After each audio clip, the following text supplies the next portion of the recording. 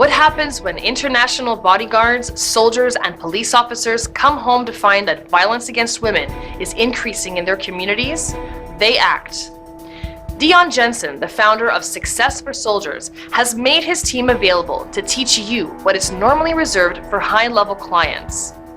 The ability to see something before it happens and leave, or use a physical technique that doesn't rely on strength. Success for Soldiers instructors are trained to protect people for a living. They teach from experience. Don't be a victim. Contact them now. Kia ora, my name's Dion Jensen from New Zealand, and I'm a feminist. Yep, I said it.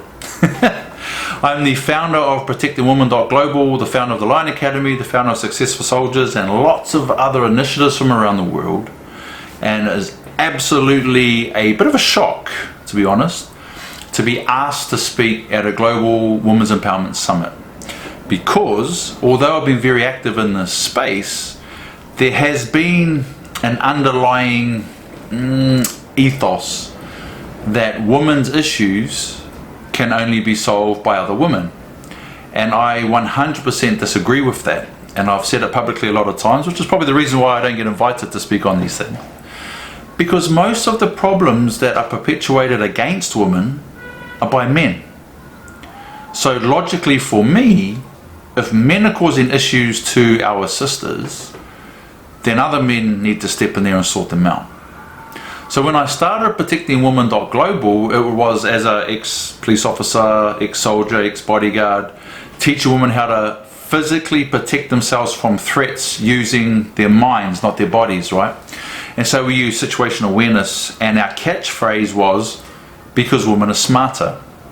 And we use those words because the motherly instincts make a female a lot more observant to threats. Okay, so I'm coming from a background of protecting against rape, domestic violence, and assaults. So the background behind Protecting Women was I was working as a bodyguard overseas. I came back to my hometown in Palmerston North, and I was informed by one of the self-defense coaches, Stu and Tash Chambers from the Fight Shop, there'd been an increase in violence against women in our community. One female had been beaten to death by her partner. Multiple domestic violence incidents, a couple of rapes, and so violence against women was increasing in our community. And having the skill set on what to look for and how to think, I created ProtectingWomen.global. Now I had already written the book you'll see behind me, The Good News About PTSD, Post-Traumatic Stress Disorder. So I was already dealing with people that had been subjected to trauma. I was already dealing with rape victims, sexual assault victims, and the trauma attached. So I just combined my bodyguard background with my skill in explaining and getting through trauma. And then as Protecting Women grew, I started bringing in other women champions to help with the healing. Yana Fry, Delphine Supanya. Because I can teach a woman how to understand the mindset of a man who's hunting women, understand the mindset of a man who's looking to hurt another woman, how they would do it, what physical techniques they would use, what they're looking for, what the environment is that would suit them. So I was teaching women how to think, because everything I'm doing is understanding the problem, because the problem is not the problem, it's our thinking behind the problem first before we attach solutions. So the other issue I saw in the women's empowerment space is that women started alienating men from this space. And I remember in Singapore, I was a regional operations manager for Asia Pacific. A lot of female staff. I'm a mummy's boy, but I'm very good at what I do, and I expect a high standard from every employee. I don't care what your race, religion, sex, or sexuality is you're there to do a job, and you need to be good at that job first. And so I had very firm boundaries for acceptable behavior for everyone. So I see the human element, not male, female, cultural, religious, although there's certain connotations and languages we have to be aware of. As a feminist, we talk about the equality of sexes. But that in of itself creates another piece of misinformation. People think equality is about balance. It's not about balance. It's about harmony. Equality between the sexes is about having equal value. We are just as important as each other. However, in certain situations, we're not. In a physical situation, a male is generally physically stronger. Now don't get me wrong, in the bodyguarding world and the fight world that I'm from, I know lots of women that hit harder than me, are stronger than me, but they can't take the hits. They're not designed that way.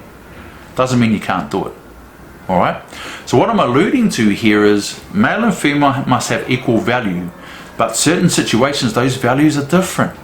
I was also a police officer, and there is no better environment to learn what people are really like under a whole lot of stress and pressure and drugs and everything else than as a police officer.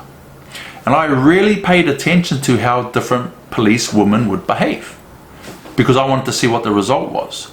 Now we turn up to a fight where there's gang members involved. Myself, as a male police officer, physically bigger and stronger, had more value in the physical altercation. Right? Just a fact. However, I have policed with some amazing policewomen who didn't have the physical strength, but oh my God, could they hit the emotional frequency when they spoke. For example, we had this big gang member. He'd been involved in a fight. I turn up there, I was working by myself. I'm pretty well known in the community as someone that can look after himself, and so when I see someone that's big and tough, we generally don't have an issue, because I'll just turn up and say, hey brother, what's going on? And I'll say, hi Dion, I just had a disagreement, just this and this is going on. I said, well, what happened?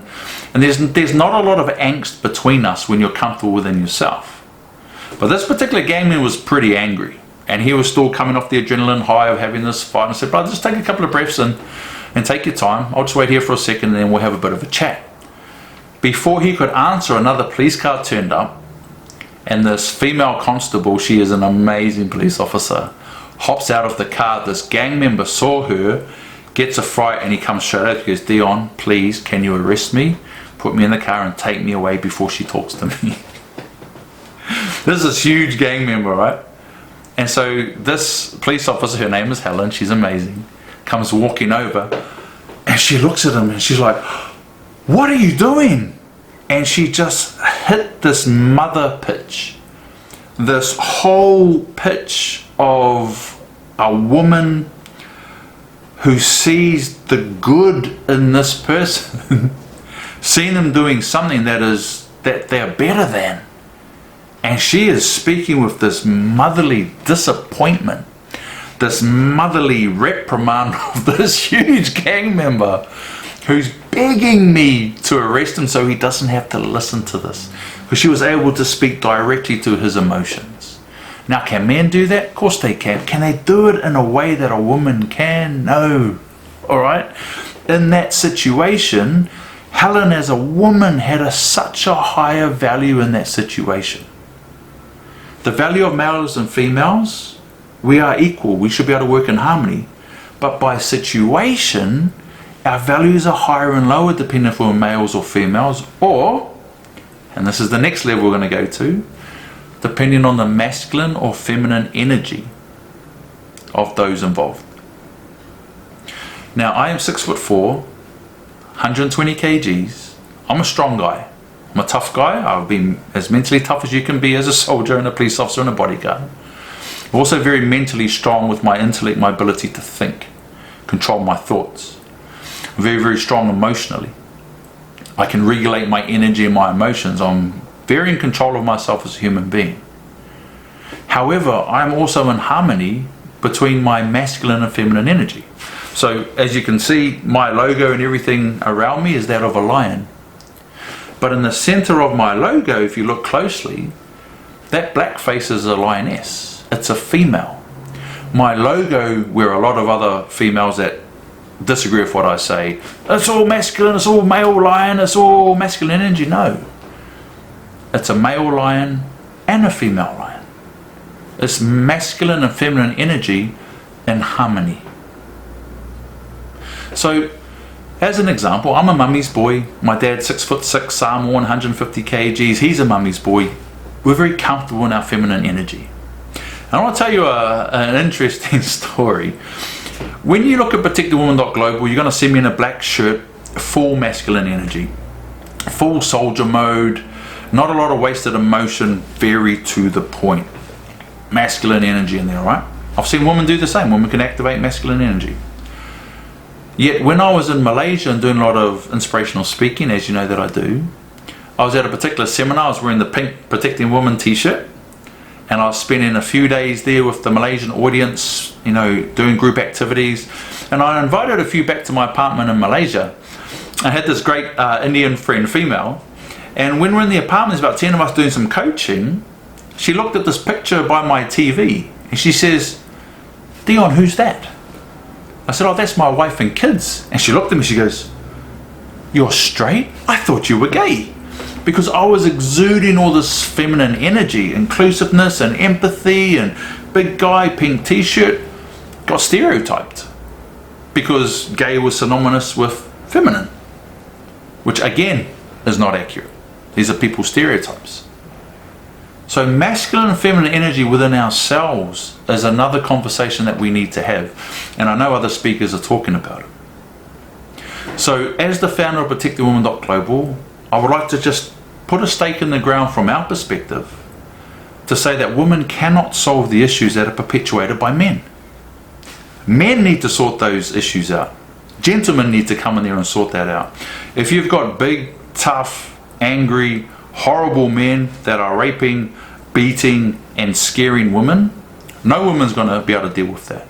But I can step in there with my tribe of gentlemen that are just as strong, a lot stronger in some cases, with the skill set to deal with those men. Now when we get to the next stage of teaching women how to think in that hunter mindset to protect themselves, that then rolls into the Protecting Woman courses that we have. So the Protecting Woman courses that we have virtual and online courses where we can teach you how to think and be situation aware to keep yourself safe. Then with the good news about PTSD, if you've suffered any trauma, we have programs to talk you through that trauma so that you're safe and confident within yourself, to then connect you with some other female in our network and team that can take you through the rest of it. For example, our rape victims, when they come through the physical part of the course, we teach them situational awareness, we teach them some physical techniques, definitely teach them the law and legislation. And then once we've finished that off, I help them with the trauma component. Then I can hand them over to a sister who teaches them about how do I get comfortable with being touched by another man again? How do I reconcile with myself wanting to have sex again after being raped? How do I feel safe around other men after I've been beaten? These parts of a woman need another woman to hold them through that. Because I can't speak as a woman because I'm not a woman. And even with as much feminine energy as I can muster, I can't speak to those female parts. Because the value of being a woman in that environment is higher. Whether you talk energy, whether you talk frequency, whether you talk value. So that's how we help with protectingwoman.global. This is the physical aspect to start with, then the trauma, then the inside out with the empowerment. If that's of any interest to you, go to protectingwoman.global, and there's actually a free handout. You can do a Women's Night Out checklist, and if you ever want to deal with self-esteem and self-confidence, we've got programs to help with that.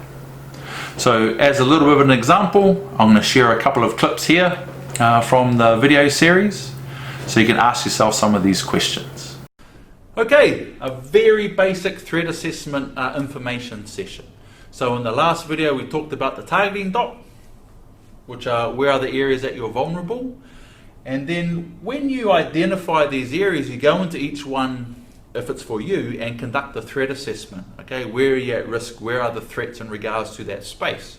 So we're not going to do all of them, we'll just do the one that we cover on the course for this particular course, because we run it obviously for all other parts, is in regards to social. And for this one, we're going to do a girls' night out.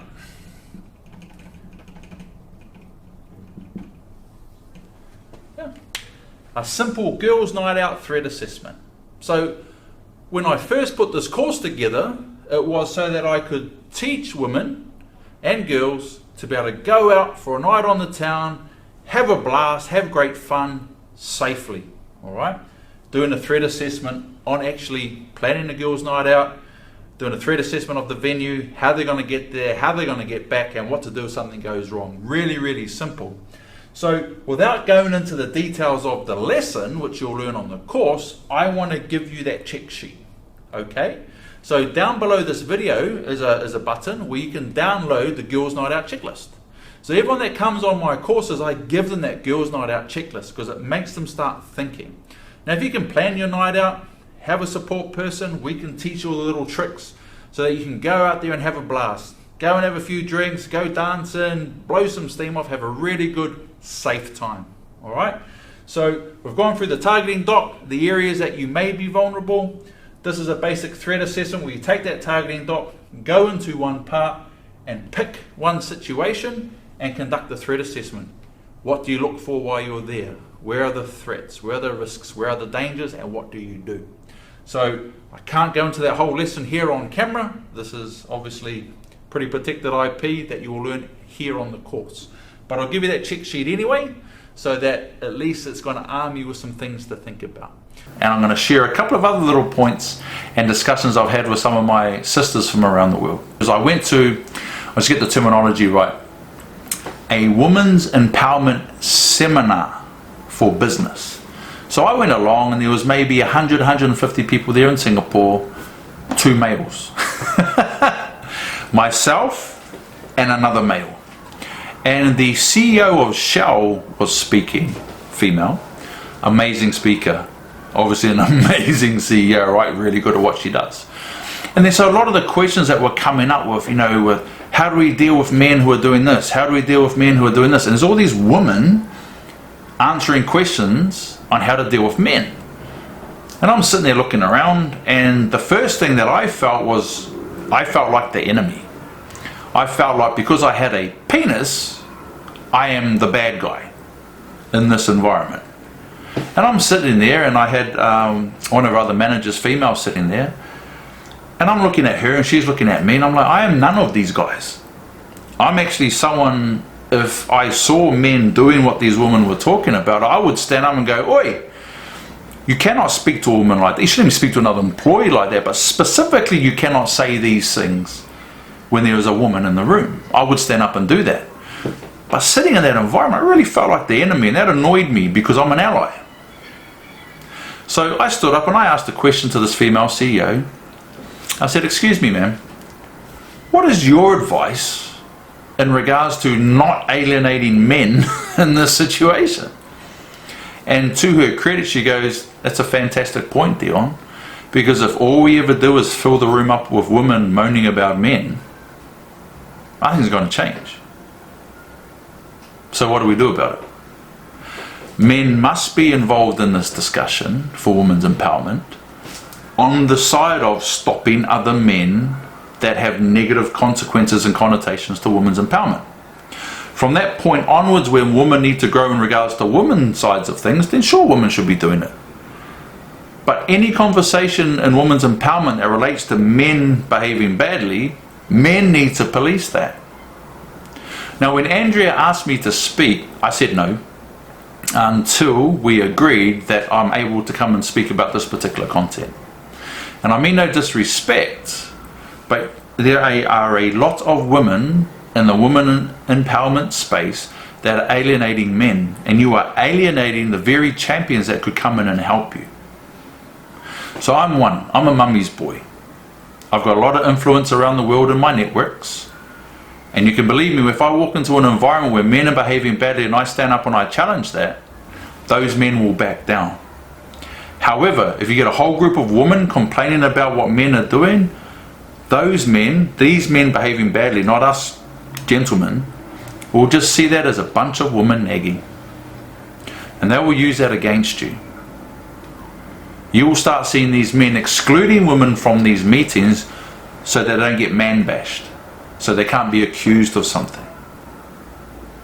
Now at this stage of the conversation, I need to bring in a female ally, because I know when I have these discussions, and I've had these discussions live, a lot of women start getting a little bit defensive, start getting a little bit upset.